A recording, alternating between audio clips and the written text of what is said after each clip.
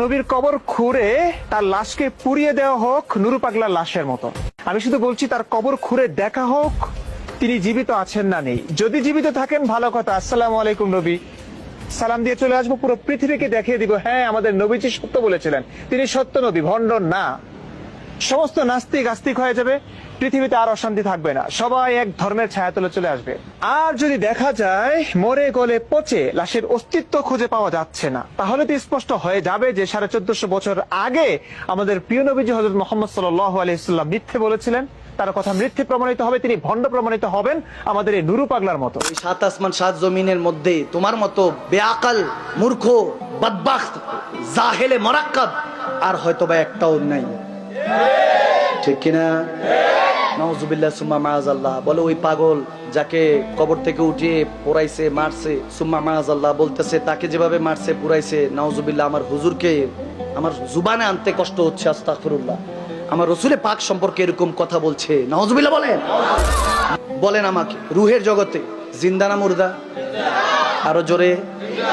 আল্লাহ তাবারক ওয়া তাআলা যতদিন চেয়েছেন, 1 বছর 2 বছর 100 বছর 1000 বছর 1 কোটি বছর, যতদিন মালিকের ইচ্ছা ছিল ওখানে আমরা জিন্দেগি পার করেছি। ওখানে গাছপালা নদী নালা কেমন ছিল জানি না, অক্সিজেন কেমন ছিল জানি না, হায়াতে ওখানের মধ্যে আলমে আরো হয় রুহের জগতে জিন্দা ছিলাম। হুকুম হলো ইন্তেকাল হও, ট্রান্সফার হও, জায়গা পরিবর্তন করো, স্থানান্তর হও। ইন্তেকাল হয়ে আমরা মায়ের পেটে চলে আসলাম বাবার মাধ্যমে।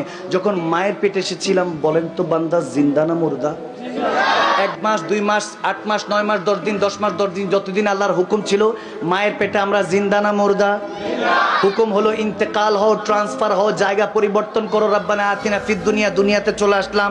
এখন দুনিয়া এবং আখিরাতকে হাসানা সুন্দর করতে হবে। 1 বছর 2 বছর 60 বছর 100 500।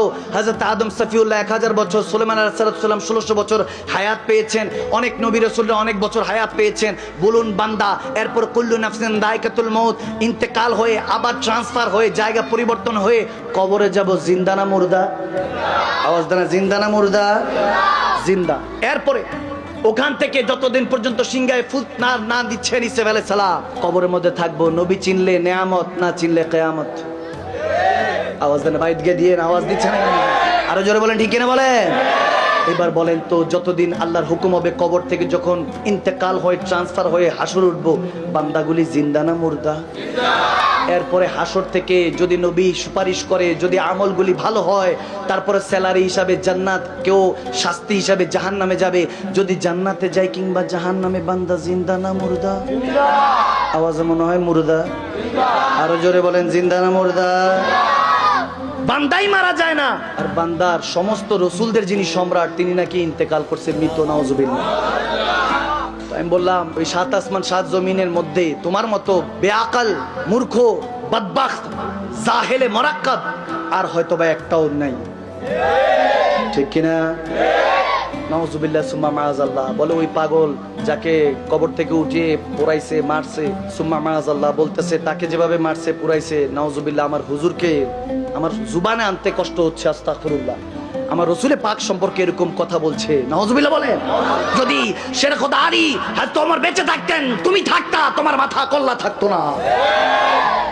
যারা এই গোস্তাখি করে এদের গর্দার উড়িয়ে দেওয়ার কথা, কিন্তু কি করবেন? দেশে আইন আছে, কানুন আছে। আমাকে তো এমনি বলে হুজুর এত কড়া কথা বলেন না। আমি বললাম আল হক মরুন, হক কথা তিত হলো বলতে হবে। তিত করলা খেলে রক্ত পরিষ্কার হয়, হকের কথা বললে ঈমান পরিষ্কার হয়, ঠিক না? যুবকদেরকে নষ্ট করে ফেলছে, সুম্মা মাআযাল্লাহ। শিখাচ্ছে যুবকদেরকে। আমার নবী 8-10টা মুর্দা মানুষের মতো মদিনাতুল মুনাওয়ারায় পড়ে আছে, নাউজুবিল্লাহ। বলে যদি নবীজি জিন্দা হয় স্ল্যাব খুলো দেখি, জিন্দা হলে তো ভালো, নাস্তিকগুলি আস্তিক হয়ে যাবে, মুসলমান হয়ে যাবে, কালমা পড়বে। কিভাবে বুঝাচ্ছে, কিভাবে ব্রেন ওয়াশ করছে, সুম্মা মাআযাল্লাহ। এই জাহেলে মুরাক্কাব, ওই আবু জাহেলের উত্তরসূরি এখনো আছে, সমস্যা নাই, আবু বকরের উত্তরসূরিরাও আছে। চাইলে গোস্তাখি করতে পারবে না। অনন্ত বিলম্বে আমি সরকার মহোদয় পর্যন্ত প্রধান উপদেষ্টা এরকম কুলাঙ্গারদেরকে আর কোনো কিছু বুঝতে চাই না। যারা জেনা করবে, বলাৎকার করবে, যারা দেশের টেনে দশেরটা খাইবে, যারা জুলুম করবে, অত্যাচার করবে, ওলি আল্লাহদের মাজারের মধ্যে আঙ্গুল তুলবে, শাহজালাল ইয়ামানি শাহপুর ইয়ামানির উত্তরসূরিরা এখনো কোনো নাকে তেল দিয়ে ঘুমে নাই। আমরা এখনো মাঠে ময়দানে আছি। আমরা বলতে চাই সরকার মহোদয় পর্যন্ত, যারা প্রশাসনের দায়িত্বে আছেন, যারা আমার হুজুরে পাককে নিয়ে গোস্তাখি করবে, আমি মাদানী সাহেবের 14 গোষ্ঠী উদ্ধার করো, আমাকে যা ইচ্ছা তা বলো, আমার মা বাবাকে নিয়ে সব কিছু বলো, কিন্তু আমার নবীর শানে, রব্বে করিমের শানে, ইসলামের শানে, আহলে বায়াত সাহাবায়ে রাসূল আল্লাহ ওয়ালাদের শানে যদি কোনো গোস্তাকি হয়, 18 কোটি মুসলমানের ঘর থেকে যে আগুনের লেলিহান বের হবে সেটা কেউ দাবায় রাখতে পারবে না। হাত তুলে আল্লাহকে দেখে বলেন ইনশাআল্লাহ বলেন। সেই নবীর শানে কেউ গোস্তাকি করলে এক চুল পরিমাণ তাকে কোনো ছাড় দেওয়া হবে না। আইন আছে, আদালত আছে, সম্মান জানিয়ে বলছি, মুসলমান অর্থ শান্তিপ্রিয় জাতি, ইসলাম মানে শান্তির ধর্ম, যেমন নাম তেমন কাম। আমরা শান্তিতে বিশ্বাসী, আল্লাহ ওয়ালাদেরকে মহাব্বত করবেন। আপনার যদি আকীদা, আমরা জানি হাতের 5 আঙ্গুল সমান না, যে জিনিস ভালো বেশি এটা নকল হয় বেশি। আল্লাহ ওয়ালারা ভালো, তো এই জন্য এগুলো নিয়ে ব্যবসাও চলে। আমি কারো ব্যাপারে কখনো মন্তব্য করি না, আমি এটা পছন্দ না, কারণ মুসলমান ভাই ভাই একসাথে তো জান্নাতে থাকতে চাই, ঠিক না? জানি ফেরাউন যে জায়গায় আছে, মুসাও সেই জায়গায় আছে, নমরুদ যে জায়গায় আছে ওখানে ইব্রাহিম খলিলুল্লাহ আছে, ঠিক না? যেখানে আবু জাহেল থাকবে সেখানে নবীর উত্তরসূরিরা, সিংহরা এখনো মাঠে ময়দানে আছে। মান সাব্বা নবিয়ান ফাকতুলহু, যারা আমার রাসূলের শানে গোস্তাকি করবে তাদের কোনো ছাড় নাই, তাদের একটাই শাস্তি, তাদের গর্দান উড়িয়ে দাও, ঠিক না? বললাম তোমার কিসমত ভালো, হযরত ওমর বেঁচে নাই।